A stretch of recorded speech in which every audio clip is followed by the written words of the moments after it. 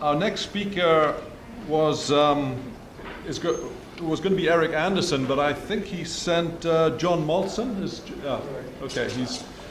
John Moltzan is with Eric Anderson's company, Space Adventures, and he is the director of business development there.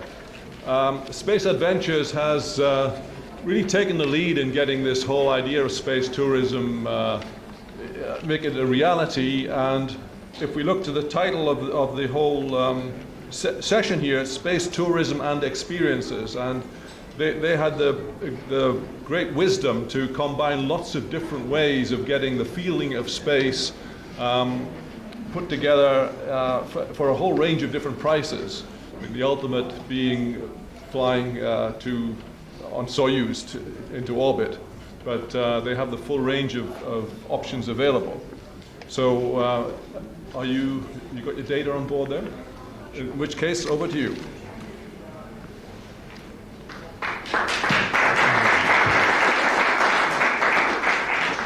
Thanks very much. Good afternoon. Thanks everybody for coming. Just want to wait a second to see if my presentation is loading. Apologize that our President and CEO Eric Anderson couldn't be here this afternoon. Need to speak up or raise this up somehow? Okay.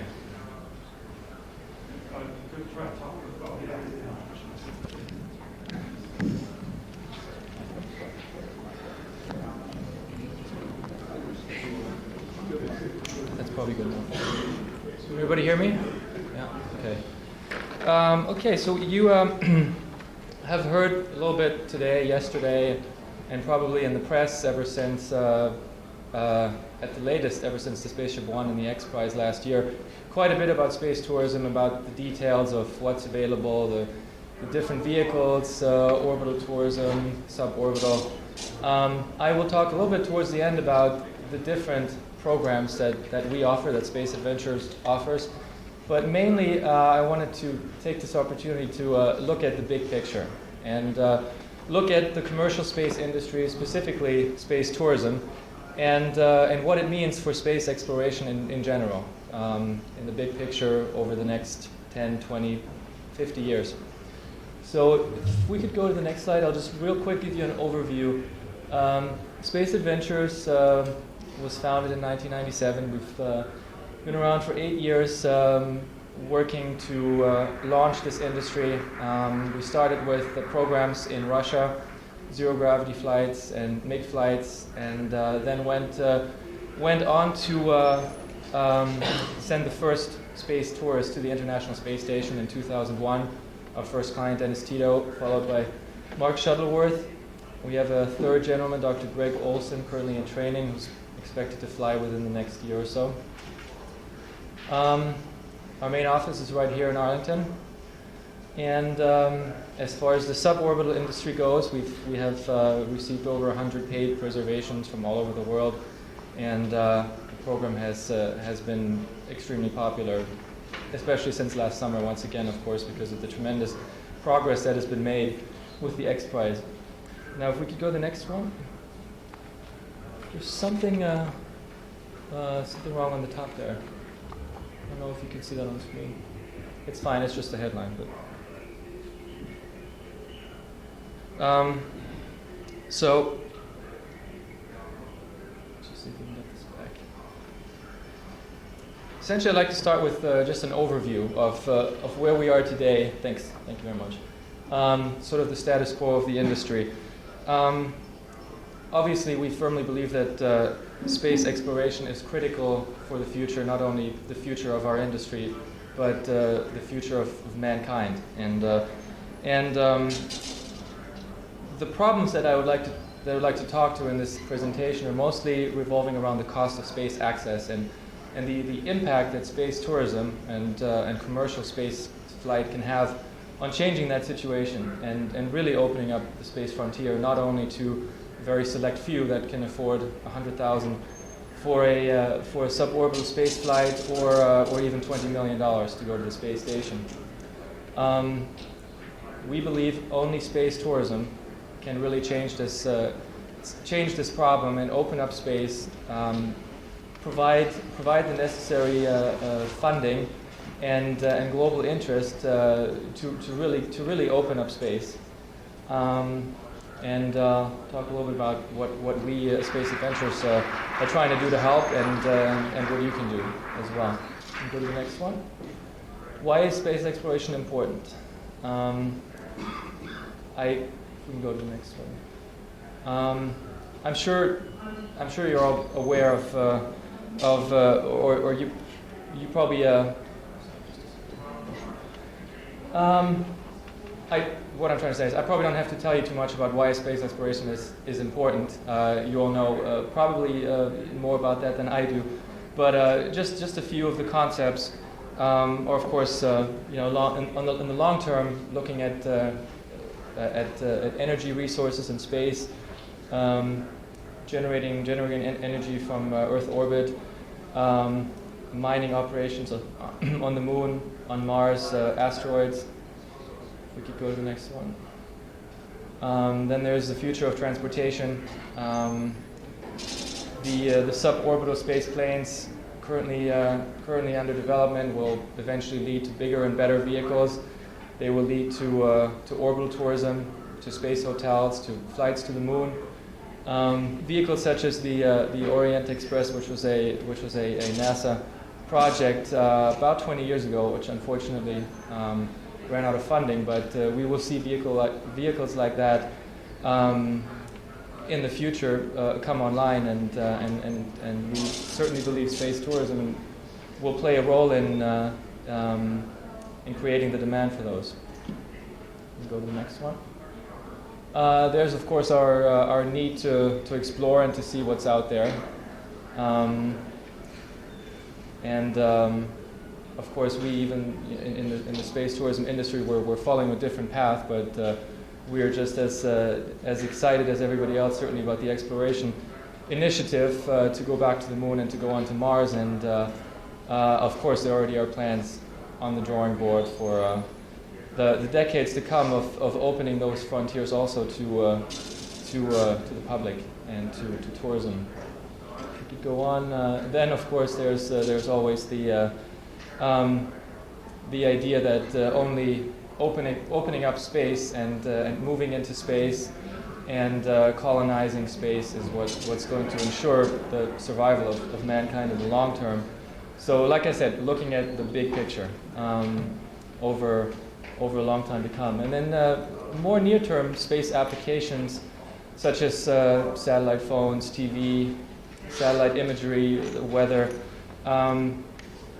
Are of course have a huge impact on everyday life, and who knows what else will come out of space exploration if it develops the way we hope that it will. Now moving on to the cost of space access, if we can go to the next one. The main problem that we're faced with in opening up space is the cost. About $500 million plus for the space shuttle, about $50 million for the Soyuz, which we use for our passenger flights, which is significantly less, but still nowhere near where we need to be, to open up space tourism and to open up the space frontier. In general, we've had about 450 people travel to space in the history of the world since 1961, since Yuri Gagarin, and given the interest in space and the potential, that number must go up drastically. The cost of space launch is currently at about just over $10,000 per kilogram, and it's pretty much hovered around that mark, a little more than that, for almost 50 years. And with conventional launchers and with government space agencies on the current course, it's not likely that in the near future that will come down. So again, we need commercial industry, private industry, and space tourism to change the situation. Go on. The number of space launches at about 180 to 120. Again, over the last 50 years, successful launches per year.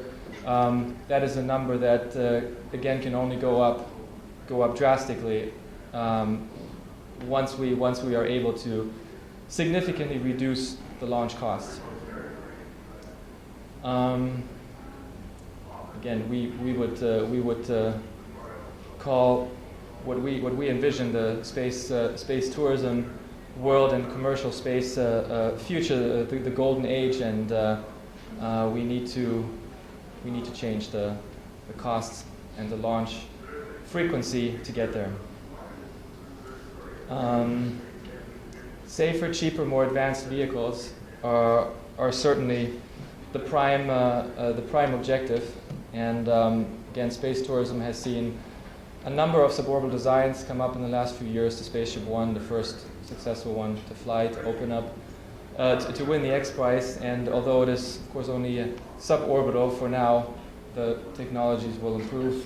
It will spawn orbital vehicles, and there you go. At $100,000 per launch,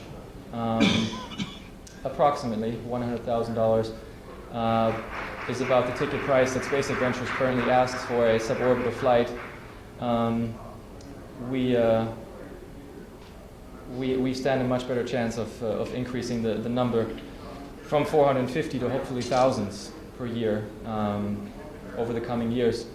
And the fascination, of course, you all know that, is there. Most kids want to be an astronaut. The Air and Space Museum here in Washington, D.C. is the most popular museum in the world. We can go to the next one. The market, this chart is based on a Harris Interactive market study. There have been a number of independent studies conducted worldwide to find out what is the potential for space tourism. And they all come up with the same result, that there's an overwhelming market out there, even at current prices, even at about $100,000 per ticket price, and it would drastically increase once prices come down. But this, of course, asked if it was affordable, and over half of all respondents would tend to buy a ticket. And the tourism industry in general, just to step back a little bit, is the largest industry in the world, multi-trillion-dollar industry. So if we can harness just a small percentage of that, which is currently spent on adventure tourism, extreme tourism, and apply that towards the development of the space tourism industry and towards the vehicles, the infrastructure, we will make a huge step forward. A step that government industries, with their limited budgets and with their objectives being deep space exploration and the kinds of things that private industry, certainly at this stage, is not able to compete with, we can make a big difference and add to the government space agency budget by channeling this interest and this fascination by the general public worldwide into opening up space. This is also based on a lot of those market studies that have been done. Points towards a market of 14,000 passengers, over $1 billion annually by 2021 for orbital and suborbital space flights. Again, in summary, we firmly believe that space tourism is the only market, the only industry that can achieve the goal of opening up spaceflight. And just as an example, if we can go to the next one, personal computers back in the 1960s, many people, even so-called experts in the industry, believed that there was only a market for maybe a handful of computers worldwide. And today we have something like 600 million PCs in use, which is expected to double by about 2010. And everybody carries a PC with them. It's become part of our daily life. And this is an extreme example. Of course, we don't expect space tourism to reach these kinds of numbers in usage, but it shows that within a fairly short period of time, a few decades, ideas can drastically change, and availability of hardware, of technology, of pricing can make a huge difference. Same goes for civil aviation. Back in the 1920s and 30s, only the rich and famous were able to buy a ticket to cross the Atlantic. These days we have over 100 million people every year who travel by air. And again, if only a small percentage of this kind of growth applies to the space tourism industry, we have an amazing future ahead of us for our industry and for the world. Now, in this case, we're talking about a 70-year time frame. We don't currently foresee sending 100 million people into space per year, but again, just a tiny percentage of that would dramatically change the way we look at space today. Some of the things you can do to help the industry, certainly study science and math. I'm not sure if there are many students here in the audience. If you work in public service in the government, help enable the industry, everything that needs to be done. There's a lot being done currently since last year on the legislative front to open up regulatory conditions to set the stage for space tourism, to enable the commercial flight from the United States. And if you're in business, by all means, invest in the space industry. There are a lot of companies currently working on vehicles, working on opening up the market. And as Alan said, you can participate yourself, of course, by buying a ticket for Zero G Corporation for any of our adventures. If you could go to the next one. Of course, if you want to get involved yourself, we can take you there. Go to the next one. I'll show you a brief overview now of what we offer at Space Adventures, starting with the ground training experiences in Russia and Star City, over the zero-gravity flights, supersonic jets, and the two different types of space flights. Next one, please. Just a little more on the ground training, such things as the world's largest centrifuge, the neutral buoyancy tank, and the Soyuz simulator are available in Star City to anybody who's interested, anybody who wants to experience authentic spaceflight training themselves. The trainers that conduct these programs work for the Russian Space Agency. This very same equipment is used on a daily basis by cosmonauts and astronauts preparing for their missions to the space station. Go to the next one. The zero-gravity plane that we operate in Moscow and Star City is an Ilyushin 76. These flights have been very popular ever since the mid-90s. And if you go to the next one, of course, Alan was just giving his take on space tourism, and we are also offering flights on the Zero Gravity Corporation 727 down in Florida. Next one, please. Supersonic jets are another thing that can bring people today closer to space. If you don't have the budget to go to suborbit or to orbit, you can experience the view from the edge of space, about 85,000 feet, going at almost 3 times the speed of sound. Next one, please. And then, of course, the suborbital flights. We're expecting them to launch first commercial operations late 2007, 2008. We're very excited about this program. This is the next big step in opening up space tourism, making it available to the public from the currently available $20 million flights, which are just by the nature of their operations limited to 2 seats per year, aside from the cost and 6 months training requirement. But suborbital flight will change that drastically. Just a few days of training as part of our packages. You don't have to be a professional astronaut, a test pilot. If you're in overall good health, you can earn your astronaut wing and experience the view of the Earth from space, which looks something like this. This is a scale composites image from one of the Spaceship One flights from last summer. This is one other example of a suborbital vehicle, which some of you might have seen before. This is the Cosmopolis C-21, a Russian design that we are working on. We're working closely with this company. Yasishev Design Bureau is behind it, the same company that built the Russian space shuttle, the Buran.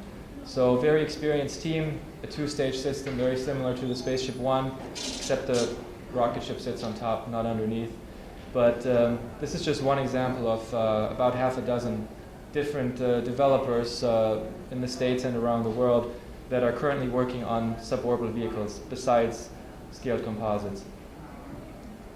And then we have the orbital spaceflight, of course. There's our second client, Mark Shuttleworth, who made the trip to space, 12 days aboard the ISS. The ultimate trip, if you will. And if we can go to the next one. Yeah, that was actually the last one. Or there's one more. I'll just go to that one. But again, just in closing, I'm not sure how much time I have left. I have a few minutes. Could open it up to questions, but... Well, we'll take a couple of questions. And I want to start with one, actually. I'm interested to know what difference it made last year, which was the great year with the X Prize, in terms of numbers of people who contacted your company for either information or definite requests. Yeah. It has gone up dramatically. I don't unfortunately have the statistics on how much the call volume, the emails went up, but certainly ever since last summer, ever since the first space flight by Spaceship One in June, and all the publicity surrounding it, we've gotten a lot of interest from around the world, inquiries about how can I sign up, what do I have to do, what is the process. It's made all the difference really for the industry. We have, of course, firmly believed in these types of experiences in suborbital spaceflight and knew that it would become real for a long time, for many years. But in order for the general public and everybody out there in the world who is interested in spaceflight and who would potentially be in the market for an experience like this, it makes all the difference if you see it yourself. You see it on TV and not a computer-generated image. You see a real person launching to space on a privately built craft that in just a few years could be open to passengers. So, a couple of questions. You've been let off easy, so thank you very much. Thank you very much.